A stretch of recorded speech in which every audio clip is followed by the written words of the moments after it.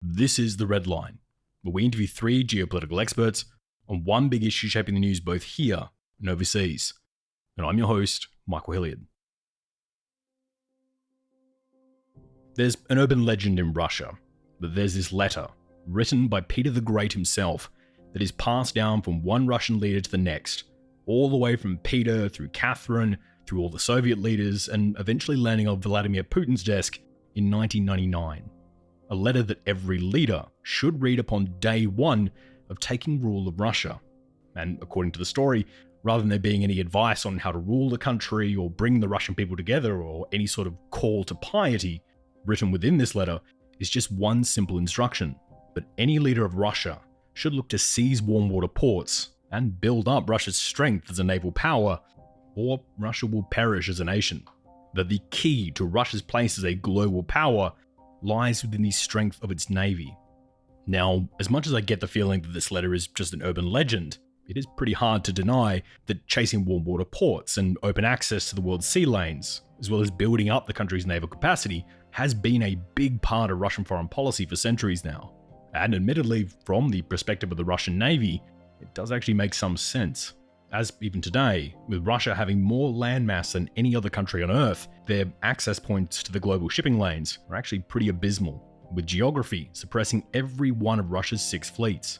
In contrast to a nation like the United States, who has permanent access to the 2 most important oceans in the world, for any leader sitting within Moscow, they have to live with the reality that the Northern Fleet or Arctic Fleet gets iced in for major parts of the year.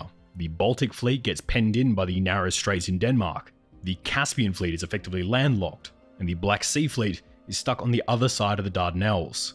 Even the Tartus Fleet based in Syria, which arguably has better access to the shipping lanes because of those Dardanelles, lacks access to the critical infrastructure it actually needs. In fact, the only fleet with half-decent access to the global shipping lanes is the Pacific Fleet, 10,000 kilometers away from Moscow.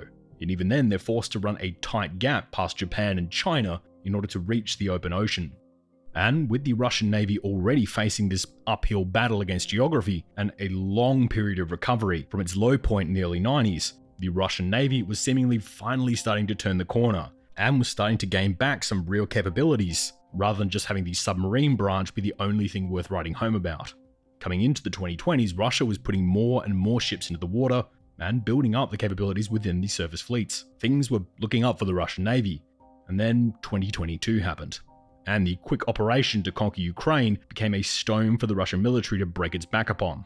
And after the army's failure to quickly take Kiev, the consequences of their failure quickly became a problem for the Navy as well, with the Ukrainian defenders turning their attention to the underfunded Black Sea Fleet, with Russian repair and naval facilities all throughout Crimea no longer a safe place for the Russian Navy. And even going back to the earlier periods of the war, we've seen Russian ships and even a Russian submarine being hit by missiles coming in from Ukraine. However, for the Navy, this conversation is bigger than just the Black Sea. As while, yes, the Black Sea Fleet is definitely the one that suffered the most direct losses compared to the other 5 of Russia's fleets, it's probably not going to end up as the one most impacted by the war in Ukraine.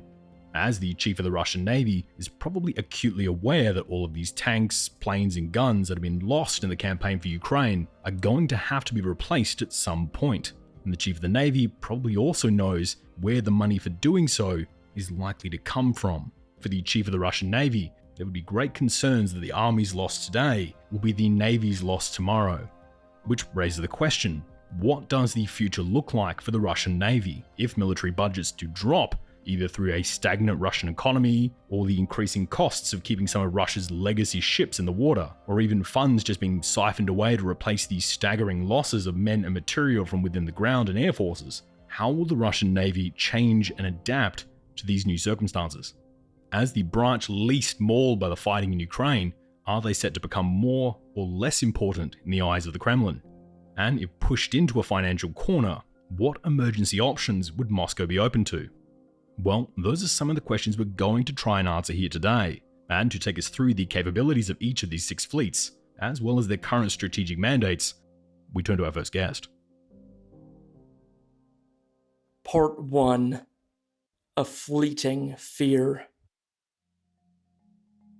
The Navy traditionally, in Russian terms, but also in Soviet terms, has tended to be a bit of a Cinderella service, particularly compared to the ground forces. But that's dissipated after the end of the Cold War. Putin has clearly seen the Navy in some respects as part of it being able to consider itself a world power. So in terms of the modernization programs, the naval slice of the budget has increased during the Putin years at various points in order to drive a modernization program. The question in many ways will be, whatever the outcomes as far as Ukraine war is concerned, will the Russian Navy take on a more significant role in sustaining Russia's great power credentials, or will the Navy have to take a backseat for the regeneration and rebuilding of the land force? Nick Childs is the Senior Fellow for Naval Forces and Maritime Security at the International Institute for Strategic Studies. Nick is responsible for the Institute's analysis of naval forces and maritime security, and for the data on sea power capabilities published in the industry standard The Military Balance. And with Nick's speciality being in European naval capabilities, we're thrilled to have him on the program today. The Russian government official documentation talks about Moscow's aspiration to maintain its position as the second naval power. And one area where it could perhaps still claim some degree of second rank is in the submarine arena, and particularly in terms of nuclear-powered submarines and nuclear-powered ballistic missile submarines. That's always been the crown jewels as far as Russian naval capability and Soviet naval capability before that is concerned. So that's really the only area where it can claim that. In other respects, it has drifted significantly down the league table and certainly significantly behind the Chinese, for example, in terms of overall naval capability. And you could argue it's drifted down in some respects, even compared to, say, the Japanese maritime self-defense forces. So I want to open up our chat here by running through the strategic purposes of each of Russia's 6 fleets, as each of these fleets has a completely unique set of goals, commands, ships, and assets available to them. And to start, let's take a look at Russia's smallest fleet, the Tartus fleet, also known as the Mediterranean fleet. And even though it's often discussed as a fleet, it's small enough that the correct term for it would actually be something closer to a permanent task force than a fleet. But to make it easier for everyone here today, we'll call it a fleet. This is the one based out of the small Russian base in the northwest of Syria. Now, at this base is only a handful of very small frigates and corvettes, much of which still has to travel all the way back to Sevastopol or Kaliningrad for repair and refit anyway. So can you take us through what some of the strategic thinking is here? In recent times, it has had an added element of being specifically to support Russia's military intervention in Syria, and frankly also to complicate the calculations of other powers who have an interest in and around the region, just by its presence providing open access in terms of the seas themselves. So the Black Sea Fleet, the Baltic Fleet, for example, have choke points they have to get through. And the Mediterranean Fleet has been that sort of advanced flotilla, if you like, to overcome those problems should things get difficult in the Black Sea, as the Russians have found with the cutting off of the Dardanelles, the Turkish Straits. But it has also shown the challenges Russia has in being able to maintain that Mediterranean flotilla when you can't, if you need to, take the ships back into the Black Sea for significant repairs at the main bases in the Black Sea. So if we move up and take a look at Russia's 5th place fleet, we would arrive at the Caspian Fleet, although probably better described as the Caspian Flotilla, with this fleet being based in the city of Kaspis on the west coast of the Caspian Sea in Dagestan. Now, Russia shares the Caspian Sea with Kazakhstan, Turkmenistan, Iran, and Azerbaijan, none of which would probably describe themselves as a global naval heavyweight. So even Russia's small fleet of corvettes and frigates here in the Caspian really does give them a pretty dominant position over this theatre, which, while sounding impressive, has raised questions and concerns from Russian strategists as to why this amount of money has been spent on the Caspian Fleet over the years. And the reason why might actually sit with something it has in common with the Tartus Fleet, being the fact that this fleet does possess a pretty reasonable array of medium to long-range missile capabilities. And previously we have been seeing ships from the Caspian Fleet semi-regularly firing missiles from the Caspian Sea to hit targets in Syria nearly 1,500 kilometers away. Moving forward to now with the war in Ukraine, we have seen a continuation of that policy, with ships from both the Caspian Fleet and the Tartus Fleet firing missiles at targets in Ukraine and the Black Sea. And now, whilst I like seeing engineering at work, I'm pretty sure there will be quite a few people sitting in Russia's military accounting department that will point out that firing these missiles from over 1,000 kilometers away in the Caspian and the Med is far more expensive than firing a similarly sized missile from within Russia itself. So what is the point of keeping these long-range missile capabilities sitting within the Tartus and Caspian fleets, rather than just relying on the far cheaper land-based missiles? It's a kind of symbolic demonstration of capability as far as the unfolding of the Ukraine conflict is concerned, and particularly the problems that the Russian Black Sea Fleet has been struggling with.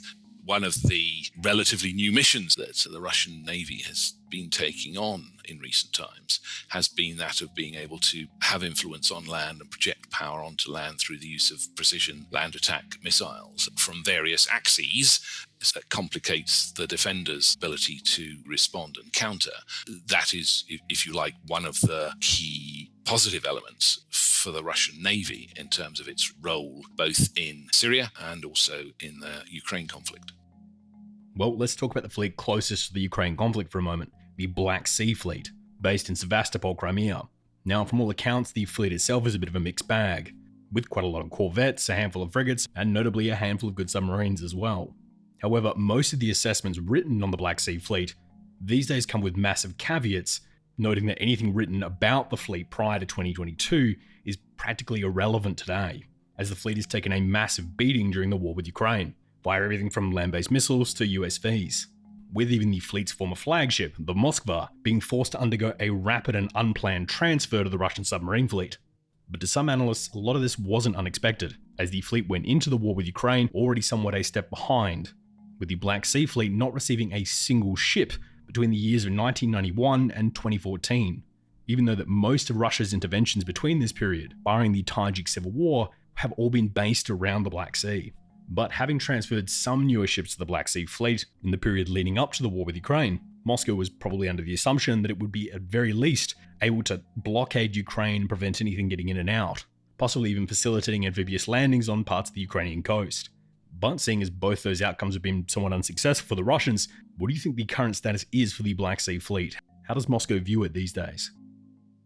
The Black Sea Fleet was for a long time one of the backwater fleets of the Russian or Soviet Navy. Interestingly, it's received significantly greater investment and focus in recent years, particularly under Mr. Putin. And that's partly because of two things, one of which has been because of this desire to project out into the wider world oceans. And the Black Sea Fleet is a jumping off point for that. More significantly in recent times, the Black Sea region has itself become both more important and of more focused interest to Moscow. So the role of the Black Sea Fleet as both an assertion of Russian dominance in the region, to some extent by itself, but particularly, in theory at least, as part of a sort of multi-domain sea and land naval dominance, naval denial capability in the Black Sea. It's taken on a greater role. That's why you saw some of the investments that you have seen into the Black Sea Fleet, some modern surface vessels, perhaps most significantly, the arrival of a significant number of modern conventional submarines in recent years. Now, while that was the theory, it hasn't quite worked out that way in terms of how things have unfolded in the Black Sea in the face of Ukraine's kind of innovative challenges, which the Russian Navy has struggled to adapt to and counter itself. And these challenges are very much manifesting at the moment, with the Russian Black Sea Fleet headquarters in Sevastopol having come under attack multiple times from Ukrainian missile strikes. So in response, the Russians are making two big moves at the moment to try and address the problem. One is to temporarily relocate part of its staff and auxiliary services out of Sevastopol and back towards Russia in Novorossiysk, the port city southeast of Crimea, nearly 400 kilometers away from the Ukrainian front line, in the hopes that this will make it harder to target Russian assets. And the second move the Russian Black Sea Fleet is making at the moment is to build up a massive new naval facility in Ochamchire, further south down the Black Sea coast. Now, there are some claiming that this move is to bring jobs and infrastructure to the area, which is the same excuse Russia used when they decided to move the Caspian Fleet's headquarters from Astrakhan down to Caspice, away from the entrance to the Volga River and down toward the problematic oblast of Dagestan. but others are positing a different reason for Russia moving a lot of its facilities into Ochamchire, as Ochamchire isn't actually in Russia. It's in Abkhazia, a Russia-aligned breakaway state within the UN-recognized borders of Georgia. And because of the fact that Georgia still recognizes it as part of its territory, it would mean that if Ukraine was to carry out strikes on the facilities at Ochamchire, in the eyes of Tbilisi, they would be striking sovereign Georgian territory, vastly complicating the geopolitical calculations for Ukraine here. So what do you think has prompted these moves from Russia? Is this an acknowledgement that Russia can no longer guarantee the safety of its Crimean-based assets, or is this just a way of relieving supply pressures on the roads heading into Crimea and a building of relations with the Abkhazians? Well, there are two elements to that, one of which is it is to some extent a problem. Neither of those options at the moment, Novorossiysk or Abkhazia, can replicate the more substantial support, maintenance, refit capabilities that we see in Sevastopol. And while it does add an element of distance and separation and therefore increased potential protection, it does also mean that it is a reflection of the fact that it's more difficult for the Black Sea Fleet to dominate, particularly the Western Black Sea now, because of the risks of operating there.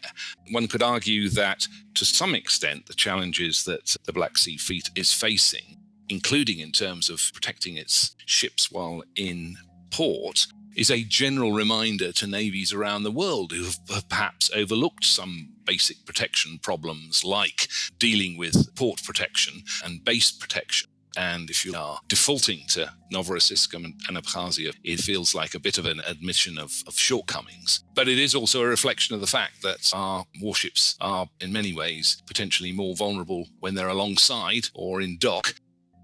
Well, another fleet that has had its situation greatly complicated by the war in Ukraine is the Baltic Fleet, headquartered in Kaliningrad and secondarily in Kronstadt, just outside St. Petersburg. Now, whilst this fleet during the Cold War and even before the war was seen as previously problematic, with Kaliningrad being a nest of anti-ship ordnance, thereby making any resupply of the Baltics from Poland over sea in the event of a war with Russia somewhat problematic. Today, with Finland's and soon Sweden's entry into NATO, the ability to supply the Baltics in the event of a war becomes much easier, as convoys now no longer need to run the gamut past Kaliningrad and can now just come directly over the Baltic Sea from Sweden or Finland, negating much of the assets and use of Russia's current assets sitting in Kaliningrad. So do you think this change in circumstances will lower the importance of the Baltic Fleet going forward?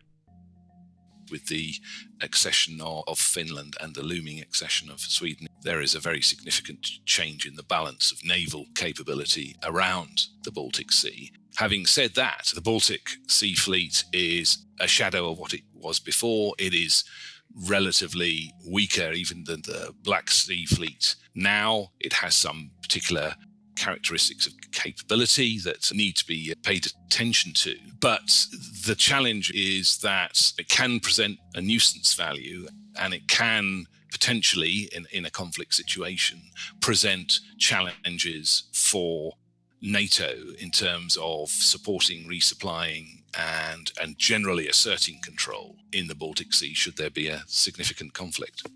The ability to potentially harass and cause problems for some of the islands in the Baltic, I think, suggests it would be more valuable to keep that as a set of problems to pose NATO in the Baltic than necessarily to wheel them out into other fleets. I should caveat that, of course, by saying that both the Baltic Fleet and the Northern Fleet were used to supplement Black Sea Fleet amphibious capabilities in the run-up to the full-scale invasion of Ukraine.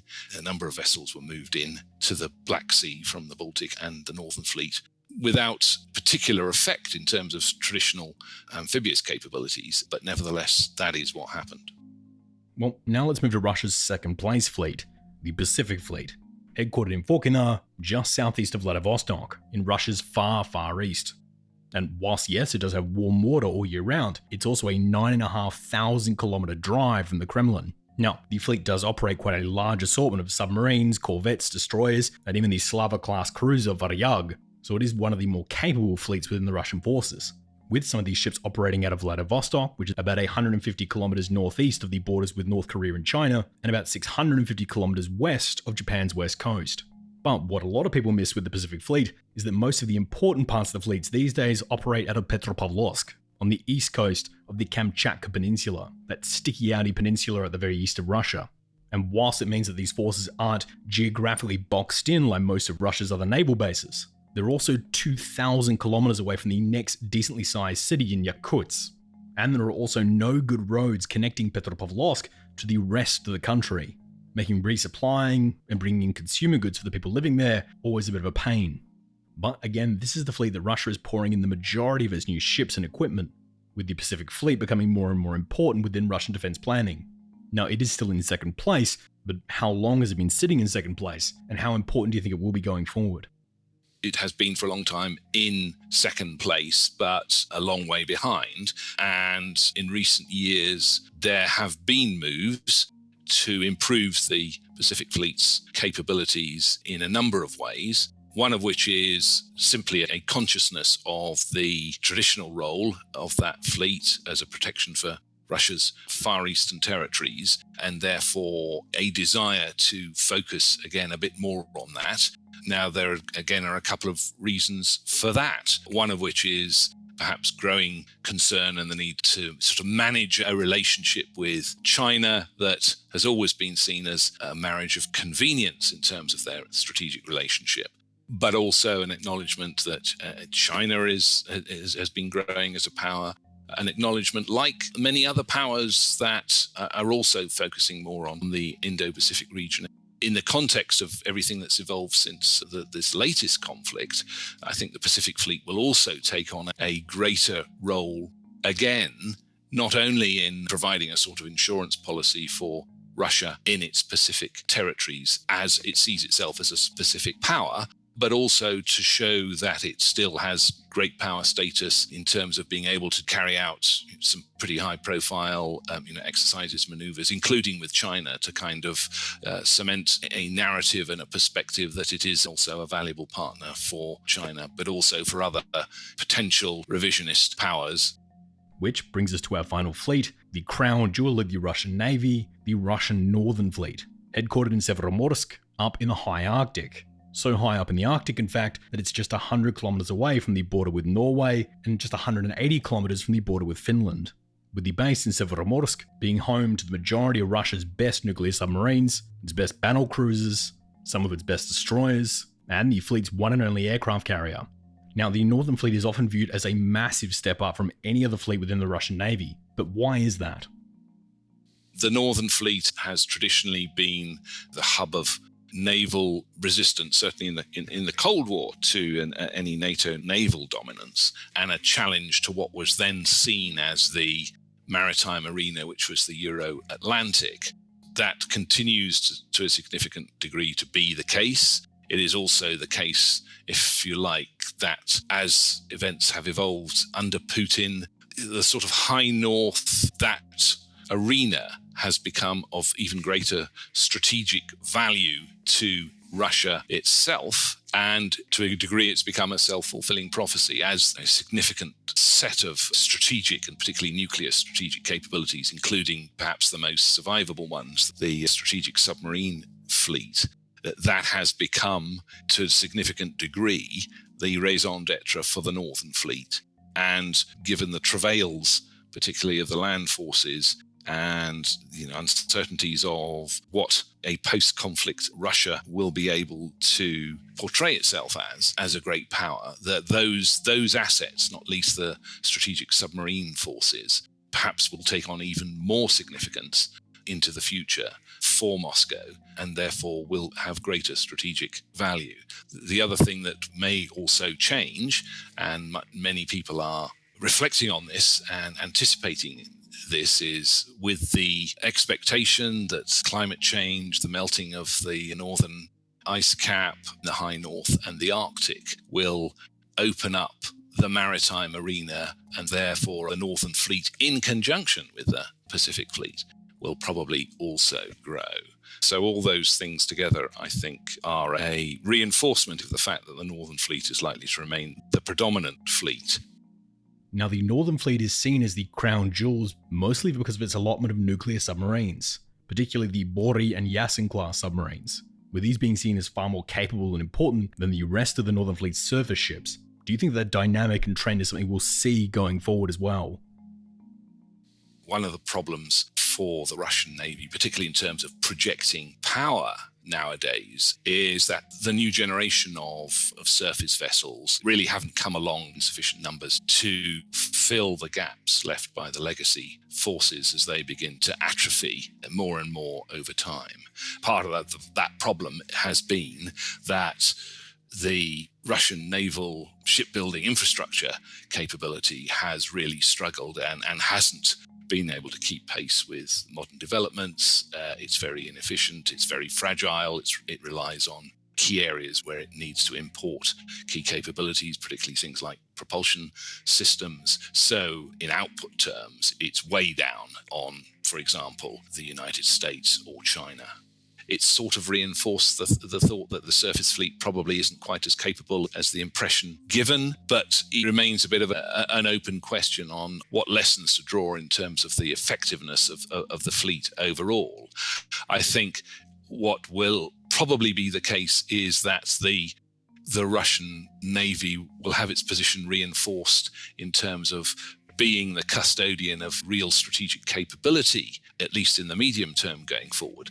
In terms of whether that will see a reinforcement of resources going into the Navy or whether it will, over the longer term, be starved of those resources, I think is difficult to tell. Part of the issue is simply that very significant part of the Russian naval capability that, if you like, is pretty much unaffected in operational terms by the Ukrainian conflict, means that its relative value to Moscow, as its credentials for remaining a great power, will be reinforced and will become of even greater importance to Russia, both in the need to defend it, but also in its ability to impose issues and problems for NATO countries going forward. So now that we understand that Russia has 6 unique fleets, with some of them far more important than others, how do the vessels that fill up those fleets compare to one another? That's a question that could have been answered very easily just a few years ago, but now, nearly 2 years on from Russia's February offensive into Ukraine, even the Navy is starting to feel the bite, with many in its upper leadership already expressing concerns over what the Navy might look like once the dust has settled. If the war were to end tomorrow, would Russia look to continue down the path of undersea competitiveness, or would they finally bow out of that race in an attempt to free up the funds to rebuild their now shattered ground forces? Well, to help us answer that question, we turn to our second guest. Part 2, the buckling branch. The Black Sea Fleet has taken some, frankly, unexpected hits and is now increasingly confined to a defensive role. So if we want to think forward to a time after the war, if Russia wants to throw its weight around, the Navy is probably going to be the key instrument it uses to that end. Mark Galeotti is a Senior Associate Fellow at the Royal United Services Institute and the Principal Director of MIAC Intelligence. However, what Mark is probably best known for is for his work as a prolific author, with some of his most recent books including Putin's Wars and The Weaponization of Everything, not only becoming mainstays within the Russia analysis community, but also making our top reads list 2 years in a row. So, we're thrilled to have Mark on the program today. If the Kremlin decides that it wants to reassert its position as a real serious military power, it will almost certainly have to actually focus on 2 fleets. The Northern Fleet, which is after all the one that protects its nuclear submarines and will project power in the North Atlantic, but also the Pacific Fleet. Because again, if it wants to show that it can play with the big boys, it needs to have a few assets in the Pacific just simply to maintain some kind of pretense towards relevance. So obviously you've been covering this area for a very long time. So I want to get your perspective on this one. How would you characterize the spending and production that was taking place at the very end of the Cold War as compared to what we were seeing in the Russian military right before the 2022 invasion? The Navy, in some ways, it is always going to be sort of limited by the fact that naval procurement takes just so damn long. You can, in theory, bring a new weapon system or even a reorganization of military structures around it in a matter of a few years. On the other hand, naval platforms have a tendency to take a long time to basically bring from first idea to actually it being floated out and in combat-ready order on the water. So in some ways, what the Navy experienced was more shrinkage than modernization. What that did is it moved an opportunity to get rid of some of the old Soviet legacy ships and deployed new ships that were essentially small ones with quite a punch, particularly built around the Caliber missile system, which we've seen deployed, after all, not just in Syria, but also then in Ukraine. So we still got a very sort of familiar pattern in which the Navy was very definitely the poor relative of the other arms of service. But we did get some degree of modernization. And not least, just simply biting the bullet and getting rid of some of the older, rusting and frankly hardly seaworthy old ships did at least free up money that otherwise was being wasted on perennial and pointless maintenance. So one of the aspects I think that's not well understood by a lot of people is how the inner decision-making of the Russian military actually takes place, with the chiefs of the various branches, as well as a handful of civilian officials, making decisions via a chief of the armed forces and the National Security Council, with the president often having the final say of what gets funded and what doesn't. So right now, the current commander-in-chief of the Russian Navy is Admiral Nikolai Yevmenov, a former submarine officer from the Russian Pacific Fleet. So now that he's been in the job for about 4.5 years, I want to ask how much influence he actually has on the decision-making processes around the overall direction of the Navy. Does he have the ability to nudge the Security Council, or is it the Security Council dictating to him? I think the honest answer is he will have influence, but only when there is more money available. The thing is, to a large extent, the Navy's budget is fixed by its needs to maintain what it's got. And therefore, at the moment, there's no scope for him to really assert. He can try and fight his corner on behalf of the Navy and to try and get the Navy's budget increased. But that's a very, very hard sell when the ground forces are being chewed away in Ukraine. If and when, and I think it's more likely to be if than when, there is more money, then that's when the Navy will have a role, because then they'll be the ones who pitch their ideas, pitch their vision of a future of the Navy. But as I say, at the moment, I think, frankly, managing stagnation is the best that he and the rest of the key naval commanders can hope for. Now, there was already budget problems within the armed forces of Russia well before 2022, but the war in Ukraine has really sped up some of these problems over the last few years, particularly for the Navy. One of the problems being, as you pointed out, that most of the Navy's projects are very long-term ones, and so need to be budgeted and planned for as such. Now, prior to 2022, the Navy was undergoing a series of modernizations and upgrades on its submarines and surface ships, including even looking into possible new classes of these ships, with many of these improvements being done in the hope of being able to sell some of these models on the export market and make back a big chunk of that money, even if that just meant selling parts and components or export model versions of Russia's more basic forms of surface fleet. But now, after these sanctions on Russia, and many existing Russian customers suffering severe difficulties getting a hold of Russian parts and equipment at the moment, with Russia prioritizing military materials for their own operations, some of these states are now looking to diversify away from Russia within their procurement chains, including the two main export markets for this sort of naval gear, the Chinese and the Indians. And with them going elsewhere, so does that money. So how much do you think this shrinking export market is likely to hurt the Russian Navy in the long term? Look, they have two key problems. One of them is precisely the degree to which they actually depended on foreign components. And ironically enough, that often meant, particularly when it came to engine turbines, Ukrainian components. But secondly, exactly, who really wants to run the risk of buying Russian in an age of sanctions? The striking thing is that the Chinese are building their own ships these days. And the Indians, who represented the other key market, frankly, are definitely trying to step away from a dependence on Russian kit. So again, although actually Russian ships and Russian naval weapon systems have proven themselves to be not at all bad, despite some few very high-profile failures, particularly in terms of not noticing Ukrainian missiles coming their way. But actually, those are largely because of deployment and crew skills and the like. The ships, the frames are pretty good. But the point is, if you buy a Russian ship, you're not just simply buying a one-off. You are actually locking yourself into a long-term relationship because of the need for upgrades and spare parts and maintenance and so forth. At present, for countries other than, say, Iran or North Korea, that may well be a political and economic gamble. internally for Russia, particularly for defense production, can also be a bit of a pain for the Russian defense contractors, with Russian companies like the tank producer Uravalgonzavod or the jet manufacturer Sukhoi having had members of staff complain on numerous occasions about being paid late or not enough by the Russian government. And if those guys have a Russian government with less money to spend, as well as a greatly reduced export market, surely that hampers some of the main sources for foreign capital coming in for these companies, which in turn is probably likely to impact the amount of R&D they're able to do down the road.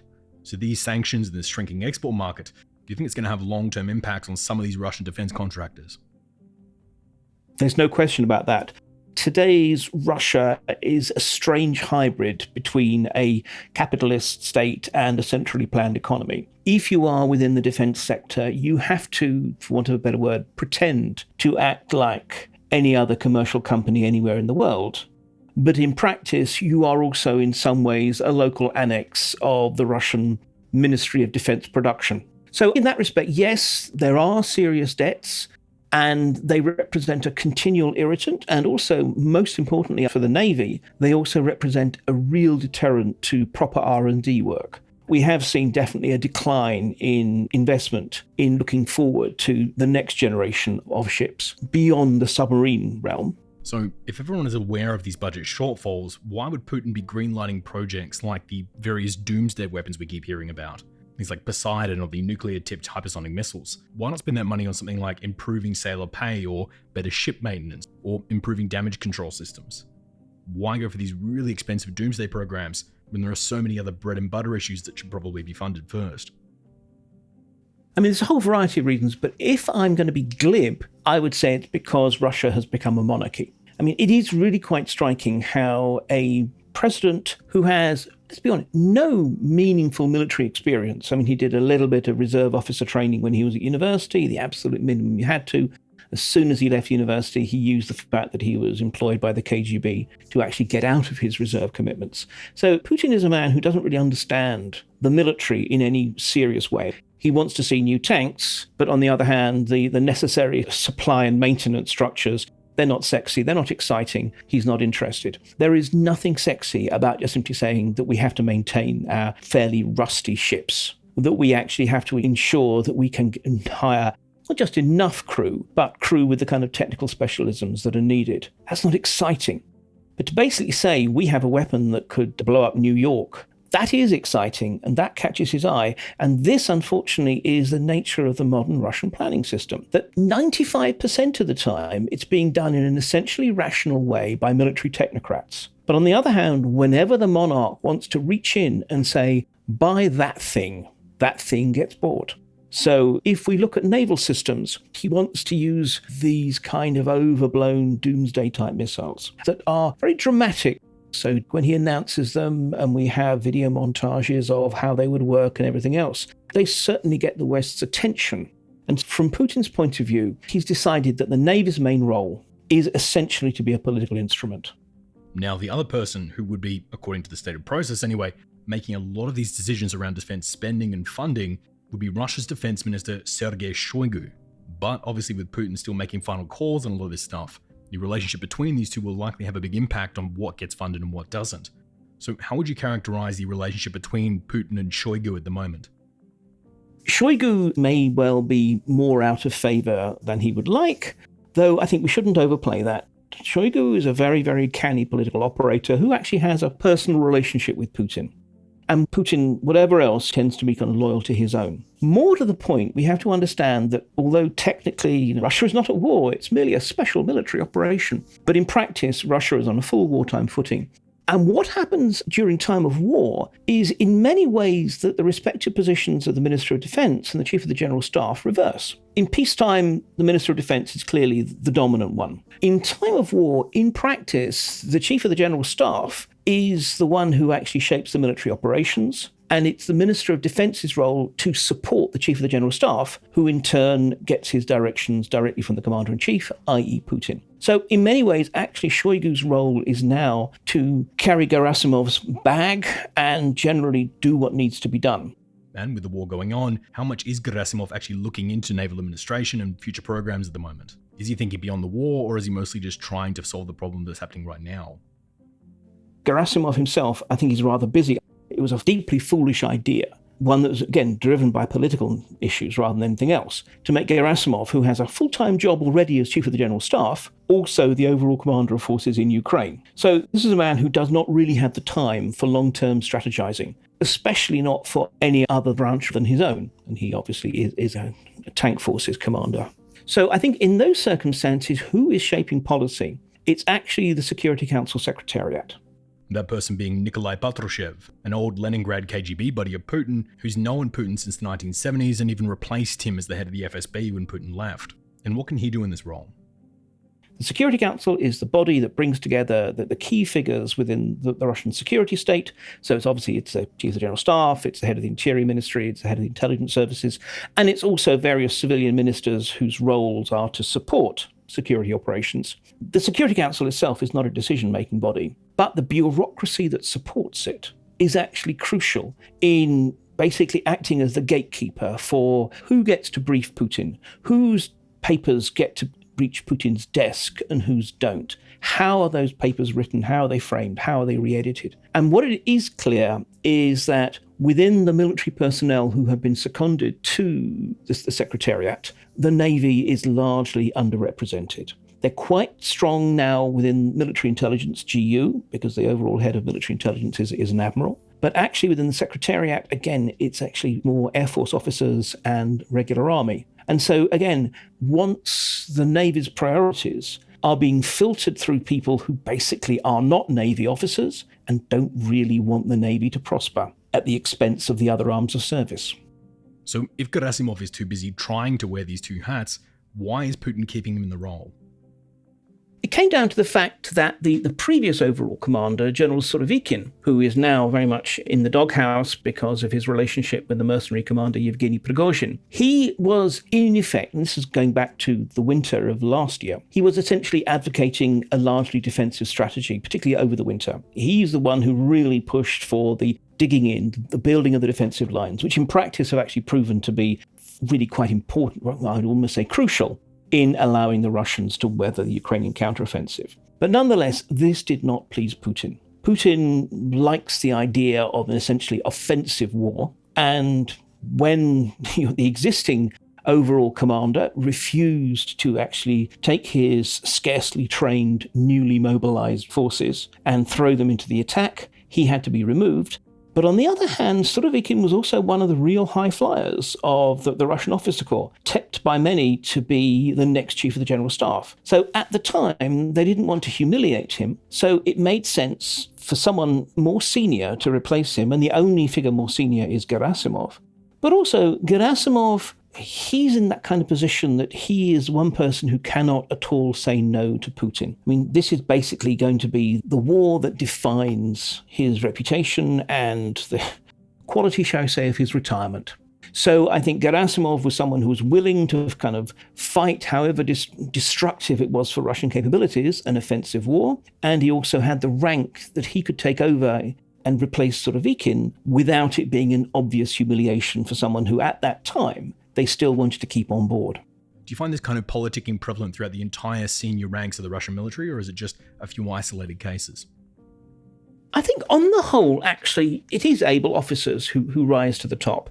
And again, look, we shouldn't be naive about the fact that to get to a really senior position in a Western military, you have to have a certain degree of political instincts. You have to be able to get along with your political masters as well. And I think what we tended to find in the past, in other words, before the war, was that heads of respective armed services tended to rise because they were competent, but also because in some ways they had a kind of broad following within their respective officer corps.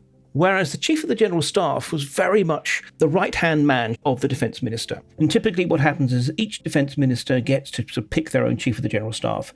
So really it depends kind of what they want. Shoigu's predecessor, Serdyukov, his Chief of the General Staff, Makarov, was very much a reformer, the man behind the new look reforms, and was someone who was a genuine thinker, who actually did have a vision of the future. When Shoigu came in, he inherited an officer corps which was very much in disarray, very unhappy with many of the changes that Serdyukov and Makarov had brought in. And so what he needed was essentially someone who could be both the enforcer of the ministry when necessary, but also was someone who actually could act as the shop steward for the officer corps, who could represent their views and make them feel that their views were being recognized. And that was Gerasimov. The problem turns out to be that although Gerasimov was actually a pretty effective chief of the general staff in peacetime, when he was really just a uniformed administrator-in-chief, he's proving to be a truly, truly disastrous wartime chief of the general staff.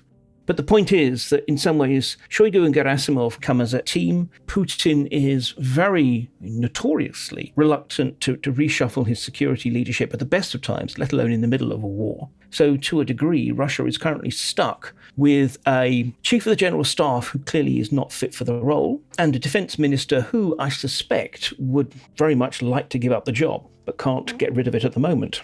Well, let's pivot back to the Navy for now and look at some of the decisions that are currently being pushed by Yevmenov, the Commander-in-Chief of the Naval Forces. Do you think because of the situation they're in at the moment that we might see a big reshuffling of naval assets anytime soon, either to replace the losses in the Black Sea Fleet or to pull assets from fleets that are probably less important these days like the Baltic Sea? What do you see on the cards coming up for the Navy? If one looks at his speeches and so forth, he seems to be fairly content with division of labour between the fleets. Because after all, each fleet has its own very kind of specific role and a position in the pecking order and a composition to reflect that. He is essentially, I think it's fair to say, a technical admiral in that he understands that side of things really quite strikingly.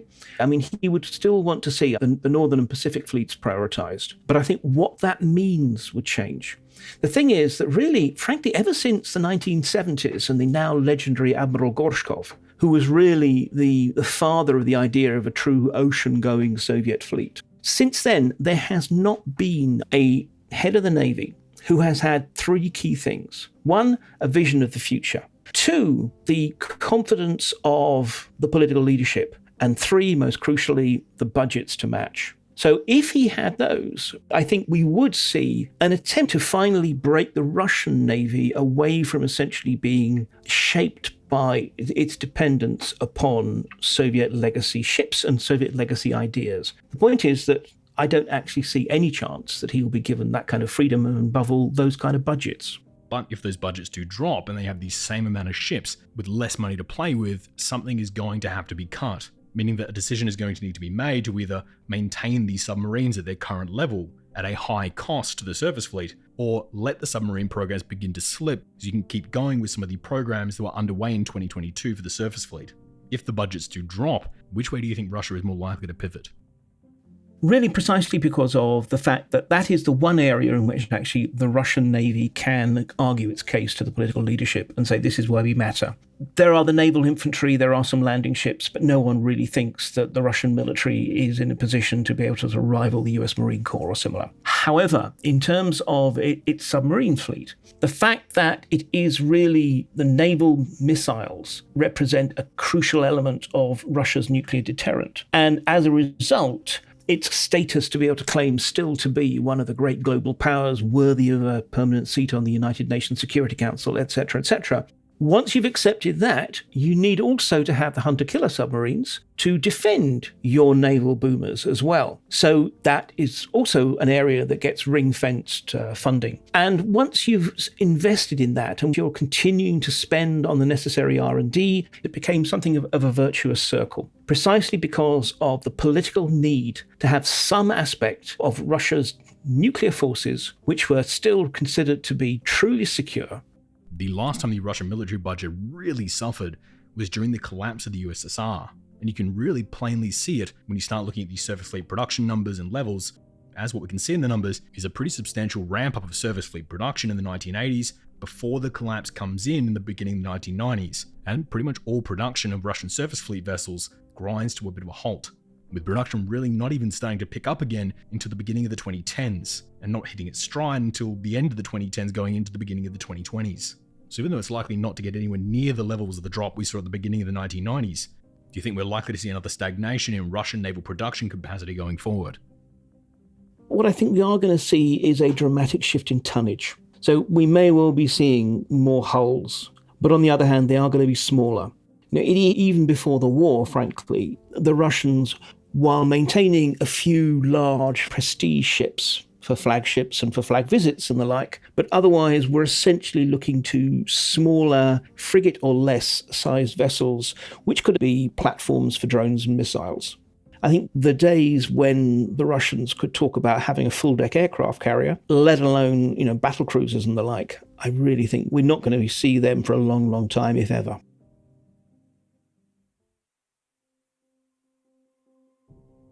So the Russian Navy has a pretty tough road ahead of it at the moment, with the work the Navy has to carry out, frankly, only likely to get tougher as well, whether it be to compete with China and the United States in the Pacific, or maintain Russia's nuclear deterrence in the north, or even somehow regain dominance over the Black Sea. But do the Russian ships actually have the technical capabilities to carry out operations like this? The Russian Navy is often touted as being a very impressive one, but how is it currently stacking up against its competitors? And how are these looming problems likely to change that balance of power?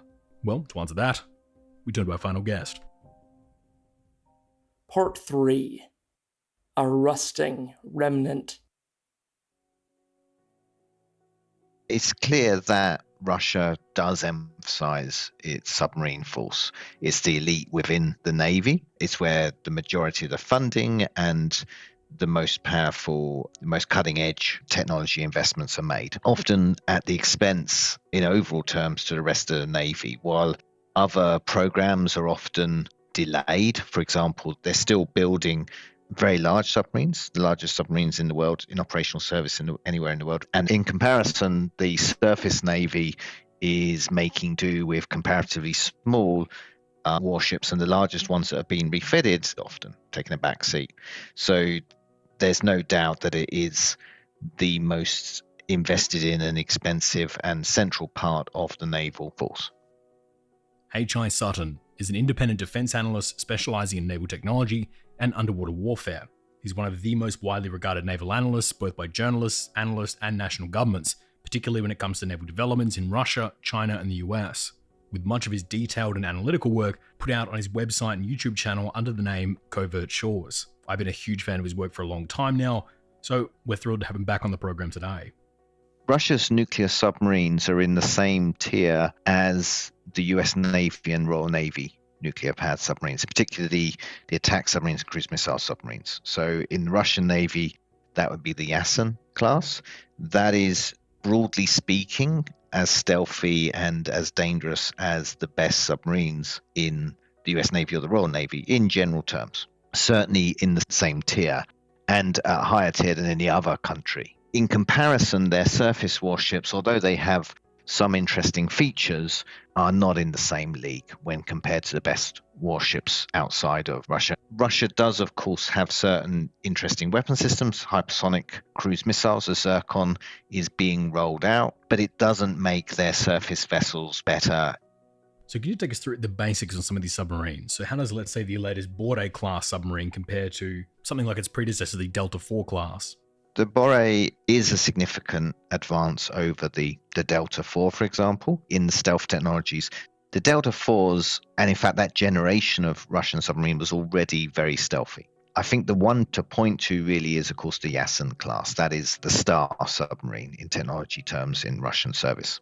The West has got the advantage in technology, and the latest and future Virginia class and the Astute class in the Royal Navy are incorporating new technologies that are still beyond the Russian ones, but not to the extent that they are a step ahead in overall terms.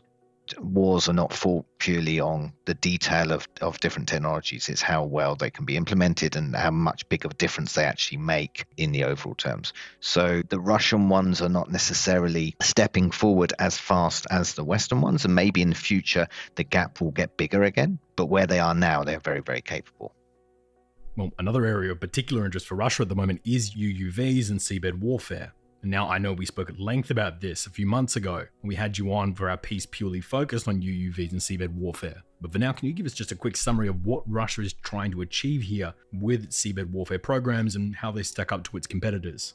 Seabed warfare is an interesting space because Russia is more invested in it traditionally than the West. It has got the dedicated fleet of submarines for it. They're controlled by an organization called GUGI, which is essentially the main directorate of undersea research, deep water research.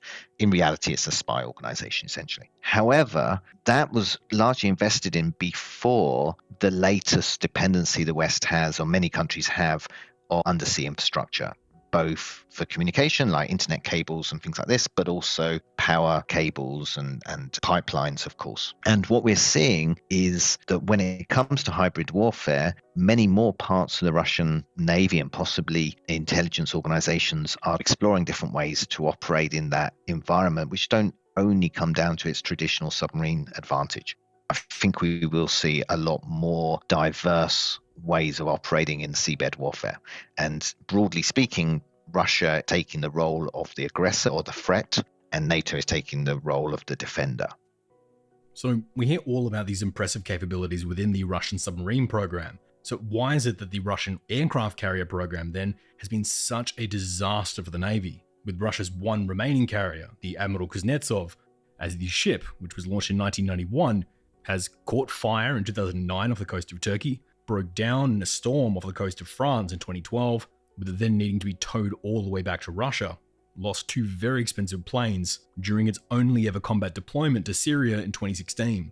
In 2018, its dry dock, a PD-50, sank into the ocean around it, with a 70-ton crane punching a hole into the carrier, with the only dry dock big enough to service the carrier and repair that hole now sitting at the bottom of the sea. They had another fire in 2019, and then it caught fire again in 2022, only being able to finally pull away from the dock in February 2023, before requiring another major overhaul this year. Now, put all these problems aside, even as a carrier, it really isn't much to brag about either, as it has a very low fuel capacity, only being able to operate for 45 days at a time. And the engines burn low-grade oil, so there's a whole slew of problems that come from that one as well. So why would they keep this bad luck charm of a Frankenstein on life support as long as they have? Why wouldn't they have cut their losses on this one years ago?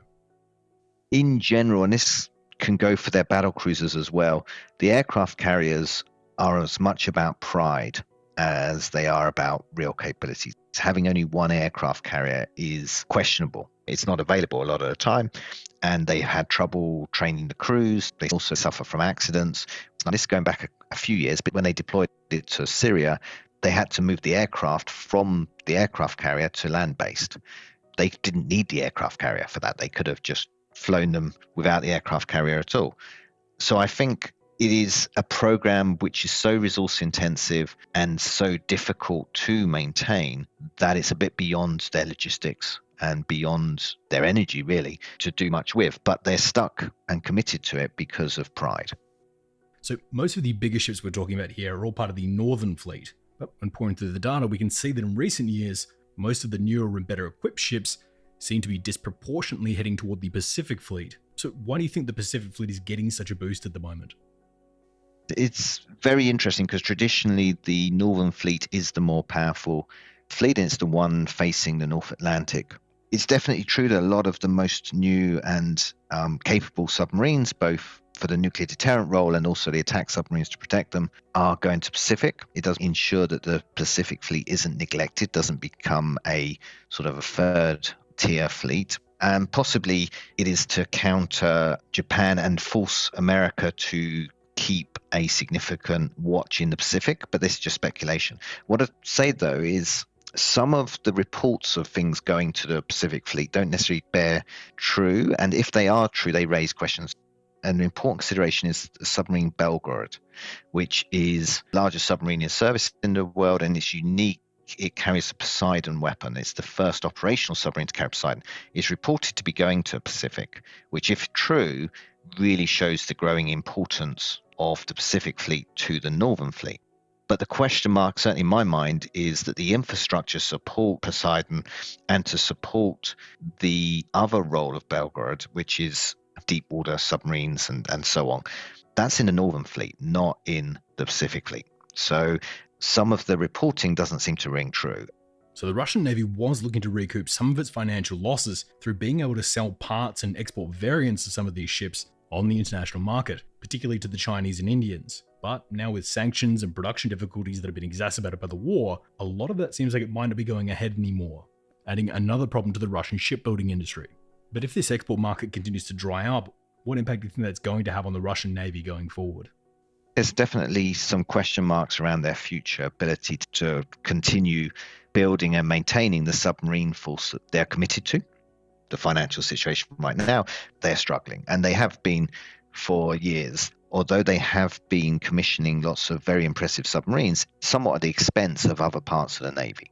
And that will become ever harder as they have to put more money into the war in Ukraine and maintaining other parts of their military, which are probably more important to them, certainly in the short term, the ground forces, tanks, armored vehicles, all those sorts of basic things, not to mention paying people and mobilizing forces and so on, is going to become harder, which raised a lot of concern. They have surface vessels looking ever more out of date, and they don't have any really big orders on the books as a future source of income. Yeah, they're going to struggle. Things are not looking good. All of this raises a pretty serious concern, as there is a fairly plausible scenario where if the Navy finds itself strapped for cash and no one is looking to purchase their ships from them, the only thing they really have left to sell is, well, their technology. That Russia could look to sell its quiet submarine technology to states that aren't necessarily friendly to the United States. Is that something to be concerned about at the moment? There's a pretty serious concern that they'll sell nuclear submarine technology to China, and that could be a bit of a wild card. If you go back 20 years, there was no doubt that Russia was far in advance of China in submarine technology, both nuclear and non-nuclear submarines. That's changed. China is probably ahead in certain areas. In general terms, in non-nuclear submarines, China now has more modern, advanced ones than Russia, particularly in air-independent power, but also in certain stealth technologies and probably battery technologies, and more consequential is probably ahead on uncrewed underwater vehicles, and particularly armed, large uncrewed underwater vehicles. However, nuclear submarines, Russia is still ahead. So the one thing that Russia can sell to China would be nuclear submarine technology. And they have sold some of that technology, particularly quietly, in the past.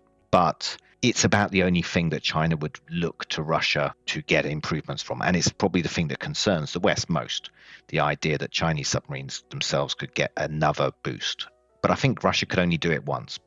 Once it's sold the latest technology, China's probably going to be moving forward faster than Russia is. So China will then be in the advance.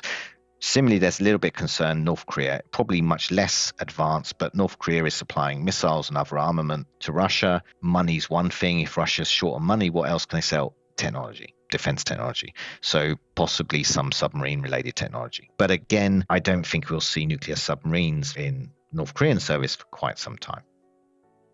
Surely for Russia, that also helps the European theatre as well, as if the Chinese, Iranian, or North Korean submarines do become a far greater threat to the US than what they are today, for the US it will likely mean diverting and stretching resources away from other theatres like the European theatre and towards those ones to counter that.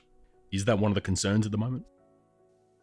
By proliferating these technologies to countries, North Korea, that's a very obvious one, maybe Iran, maybe India, maybe Algeria, they're looking to stretch and distract other navies. So that might be a motivation to them. And it could be some pretty basic technologies. There is already some Russian technology in their missile systems.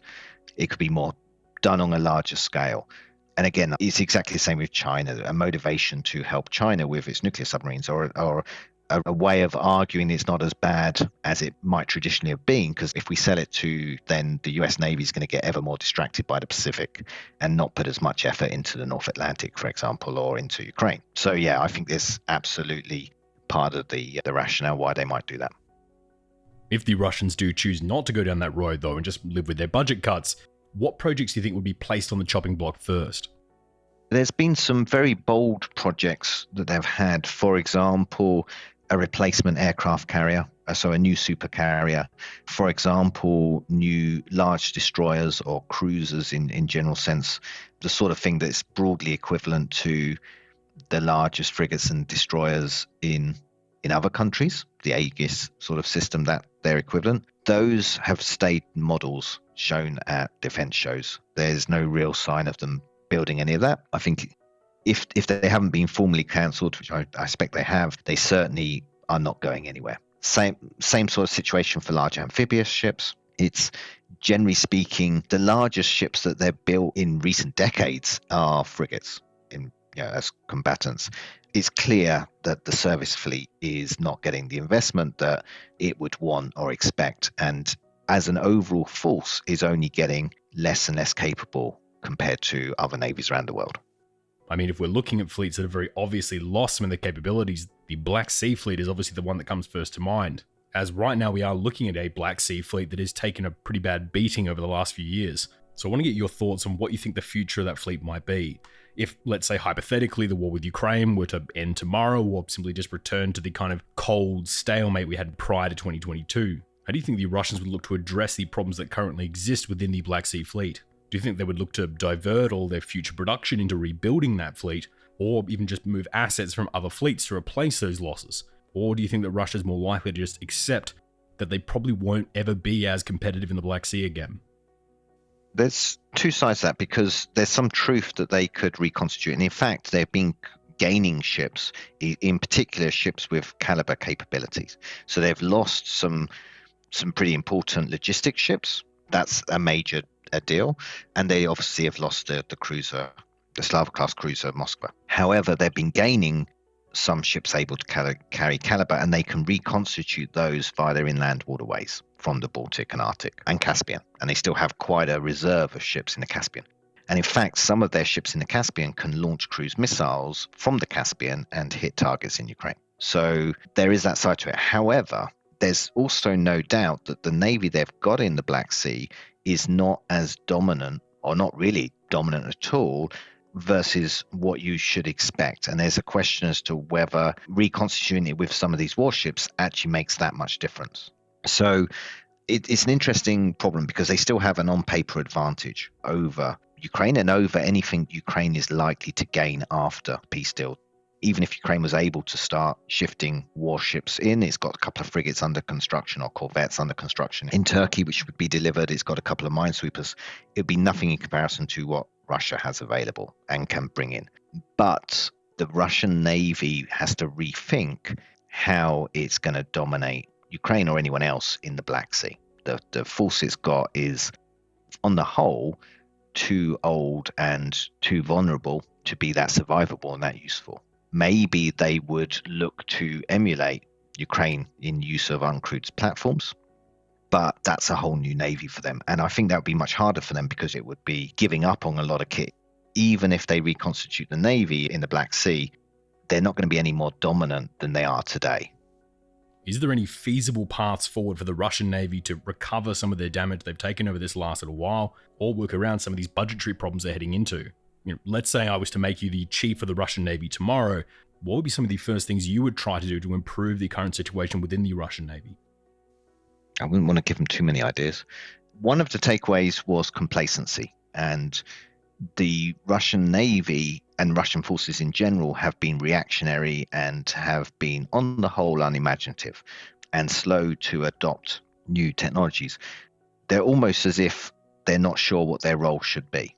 There are certain important roles that they are doing. They were launching a lot of caliber cruise missiles. They're also doing logistics runs, which are very important, and that's why Ukraine's been targeting them. But Ukraine has got a freedom of movement that they shouldn't have. And if we were in Russia's shoes, we'd be looking very much at our training programs of ships, on damage control, on basic proficiency at taking out small boats and things like this, things that have been the focus of Western navies prior to the war. If the Russians were trained to the level of a typical NATO or Western aligned navy, then they wouldn't have half the problems they did have. So yeah, it's back to basics. So let's look ahead to the future for a bit. What do you see within the future production for the Russian Navy? Do you expect that we'll see a lull in production like we did previously in the period between the early 90s and the beginning of the 2010s? Or do we assume that we'll still have production hitting the water, but it may not have the capabilities of some of the prior projections for the Russian Navy? What sort of vessels do you see going into production over the next little while? My expectation is things will slow down again. So particularly the Poseidon carriers and things like this, I'd say are really very much at risk. And if they cancel or slow those down, that also a lot of sunk costs that's going to go with that. However, I think they're still going to try to launch ships. And of course, we should be careful. They have a habit of launching ships and using it for propaganda internally as much as externally. There's a difference between launching ships and translating that into operational capabilities. And we might see a mismatch. We might see a lot of ships getting commissioned, but not necessarily getting up to the same operational service as the previous ships that were in a similar situation 10 years prior. So effectively what we've seen from the T-14 program. Yes, absolutely. T-14 of submarines is something you could expect, yeah. Well, it is slightly comforting, I guess. Now, to bring this to a bit of a close, I want to ask, what do you think the big headline will be for the Russian Navy over the next few years? What is the big story you're currently on the lookout for? One thing to watch out for is that as they launch new submarines with Poseidon capability, that's the nuclear armed torpedo, that's a doomsday weapon, and it will probably get a lot of attention, both within Russia and outside Russia, and will shape a lot of media attention and a lot of analyst attention. At the same time, I think programs such as their replacement of the older nuclear powered submarines, which although quite capable today, are getting long in the tooth, are getting quite old. The ones that are not the Ascent class, for example, the Oscars and Akulas, that could get shelved or put off. So I think they'll be hidden. You know, there's a lot of bad news for Russian Navy from their perspective, but the headline will be how new submarines with super weapons are coming into service. If anything, I think we'll see a greater emphasis on these super weapons.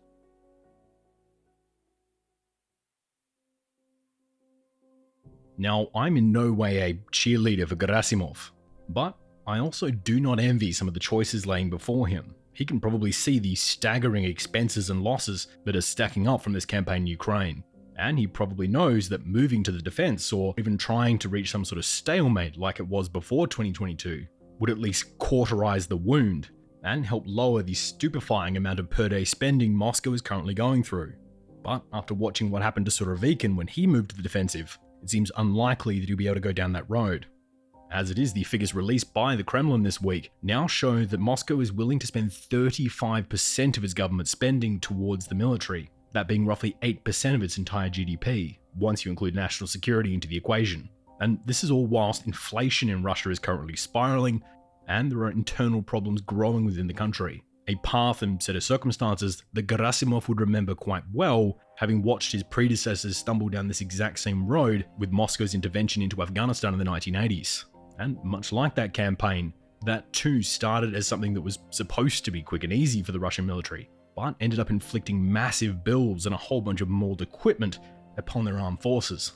And whilst it was the army that felt the immediate brunt in Afghanistan, the Navy felt the impact for years afterwards, with again more of the armed forces' funds being siphoned away to rebuild parts of the ground forces lost in the campaign. So for the Russian Navy today, it is somewhat easy to understand why they might be a bit apprehensive about the future that lies before them. As Yevmenov, the chief of the Russian Navy, will be well aware that he's being tasked with maintaining Russia's position in the top tier of submarine capabilities, maintaining a good chunk of their nuclear deterrence, whilst also maintaining their capabilities across multiple fleets, and being competitive in the Arctic Ocean, the Atlantic Ocean, the North Sea, the Baltic Sea, the Black Sea, the Caspian Sea, the Mediterranean, and now increasingly the Pacific as well, whilst all at the same time having to make this all work with the added hindrance of a shrinking export market, and funding being diverted away from the Navy to replace losses in other branches, with the cherry on top of that also being the fact that the country is now being led by a leader who sees more value in dubious doomsday weapons that are little more than budgetary black holes than he does in basic naval maintenance. For the Russian Navy, there is a justified worry that the Army's losses today are the Navy's losses tomorrow, and for them, there's a good chance that it might be time to batten down the hatches and prepare for the incoming storm.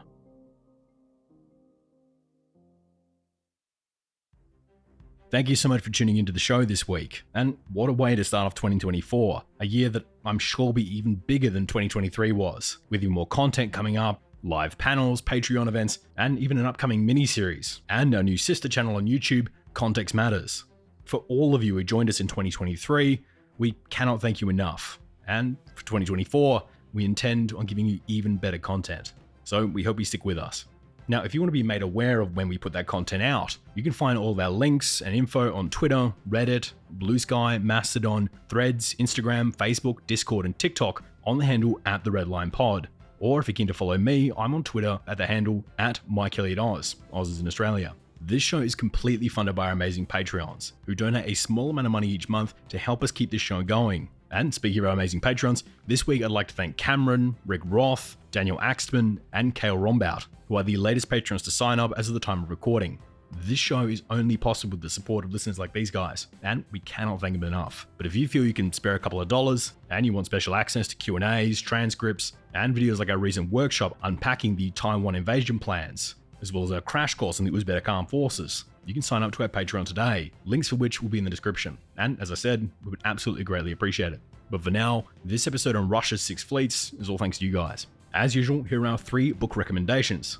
The first is Putin's Wars, by this week's guest, Mark Galeotti, for a fantastic look at the developments within the Russian military over the last 30 plus years. The second is Russian Strategy, for a good look at Russian naval strategy in the modern era. And the third, which was also Redline's Book of the Year for 2023, is Keir Giles' Russia's War on Everybody, for a great look at the current dynamic unfolding within Russia. I want to thank this week's guests, Nick Childs, Mark Galeotti, and H.I. Sutton. I cannot thank you all enough for jumping on this one and really starting the year off with a big one. I also want to give a big thanks to my staff, starting with the primary researchers for this piece, them being Nate Ostiller, Jemima Ben-Treith, Ben Nutter, Gabriel Lane, and Sean Cottle-Lem. And in addition to those guys, I'd like to thank the rest of my staff, being Cameron Gale, the producer, Perry Grace, Daniela Zivella, Genevieve Dolan-May, Nate Ostiller, Nick McNally, Sean Cottle-Lem, Isaac Gibbs, Ahmad Al-Ahmad, Lorenz Van Kielbilk, and Robbie Sutton, our research assistants and writers, Jamie Tanner, our media director, Raul Devanarayanan, our OSINT analyst, Francis Leach, our director of breaking news, Mark Spencer, our second voiceover artist, Kashyap Maheshwari from our online team, Jonah Gunn, our production assistant, Ross Crabtree, our media advisor, Joe Hawthorne, our audio cleaner, Marissa Rafter, our videographer, and Nick Mudge, our field correspondent. I cannot think of a better team to be taking into 2024, and I'm looking forward to another big year ahead, which makes me very happy to say for the first time in 2024, the Red Line will be back in another fortnight with another international episode. But until then, thank you for listening, and good night. The views and opinions expressed in this episode are solely those of Michael, our guests, and the Red Line podcast. They do not represent any government or organization and are solely our own. For more information, please visit theredlinepodcast.com.